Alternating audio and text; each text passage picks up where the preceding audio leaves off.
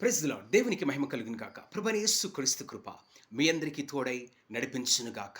ఈరోజు దేవుని యొక్క వాక్యము యోహాను సువార్త 1 అధ్యాయము 29 వచనము.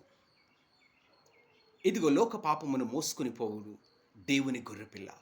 ప్రభువైన యేసు క్రీస్తు లోకానికి లోక పాపములను మోసుకొని పోయే దేవుని గొర్రెపిల్లగా వచ్చినాడు.